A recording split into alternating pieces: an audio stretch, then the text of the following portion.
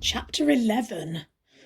As I walk across the garden, my heart still thudding is in my chest and my hands trembling. I wonder how I'm going to do this.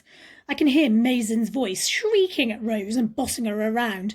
If I just say what happened, they're going to collapse with laughter. Maisen is going to think I'm sad or crazy or both. I pull myself onto the wheelie bin. It doesn't matter, I tell myself. What matters is that Grandad is missing. I've just got to tell Rose, and then she will help me find him.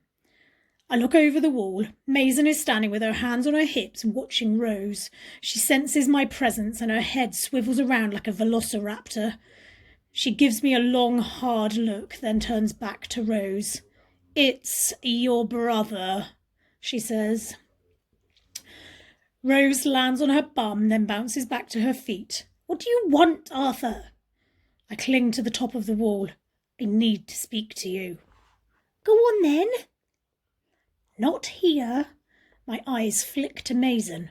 "On our own."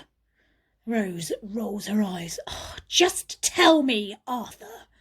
"Grandad's disappeared," I say in a rush. "Grandad's what?" "He's disappeared. 1 second he was in the attic and the next he was gone. Please stop bouncing, Rose. Grandad's gone and you've got to help me find him." With a sigh, she comes to a stop. Maisen stretches, then says, "He's probably lost in all the mess he keeps up there." "All his mess is in the garden. There's nowhere to get lost in the attic now." Maisen shrugged. "Just saying, he's a messy person." "He's not messy, he's a collector."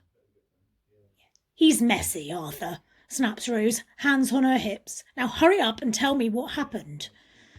Grandad crawled through the camp bed. "What? Why would he do that?" "Doesn't matter why he did it. What matters is that he crawled into the middle of the mattress and then disappeared." Rose doesn't look worried or shocked. In fact, she bursts out laughing. "Arthur, he's playing a trick on you." Anger rises up inside me. Every second I stand here talking to Rose is another second that Grandad is missing. He's not. I was holding his hand and I felt him being pulled into the bed. I saw his hand shoot inside. Then he must still be there. He isn't. I checked. She rolled her eyes. "Well, check again." I reach into my pocket and feel the feathers and straw that I picked up just before I ran out of the attic. There's something else. I lean over the wall and open my hand. I found this inside the bed seconds after Grandad disappeared. Rose takes a step closer. An alarm flashes across her face. "Croaky," she whispers. But then she shakes her head. "It's Grandad. He must have put them there." "Really? Because I've never told Grandad about Croaky. Have you?" "What are you two talking about?" interrupts Maisen.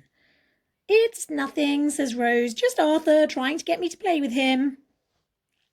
I'm so angry. I throw the feathers and straw in her face, and Maisen screams, "Get that gross stuff off my trampoline." Rose gathers it up and chucks it back at me. "Leave me alone, Arthur. Why can't you accept that I don't want to hang out with you?" My foot slips out from under me.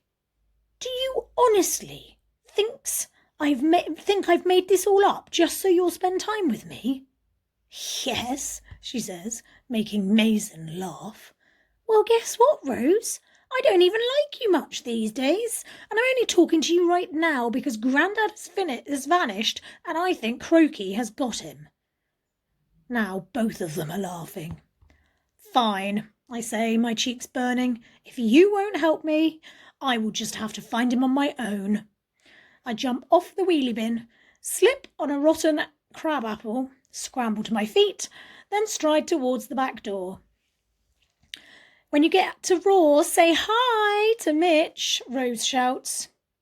I turn around. Rose is watching me with a sarcastic smile on her face. "You've changed so much, Mitch wouldn't even recognise you," I say.